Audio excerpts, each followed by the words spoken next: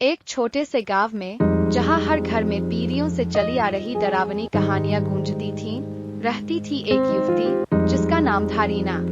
रीना को बचपन से ही अजीबोगरीब सपने आते थे, जिनमें वह एक भयानक प्राणी को देखती थी जो उसे खींचने की कोशिश करता था। एक रात उसके सपने हकीकत बन गए। उसे नींद से एक अजीब सी आवाज ने जगाया। कमरे में ठंडी हवा चल रही थी और परछाइयां नाच रही थीं। उसने देखा कि उसके कमरे के दरवाजे पर एक भयानक चेहरा दिखाई दे रहा है। उसकी आंखें जलती हुई कोयलों की तरह थीं।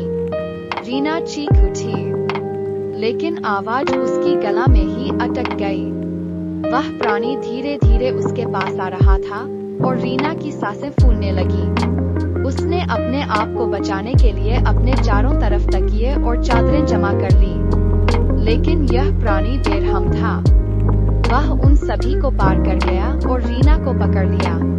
रीना की चीखें गांव में गूंज उठी, लेकिन कोई उसे बचाने नहीं आया।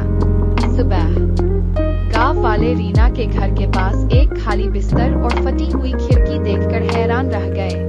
रीना गायब हो गई थी। गांव में अब एक और डरावनी कहानी जुड़ गई, जो पीढ़ी दर पीढ़ी बताई जाती है।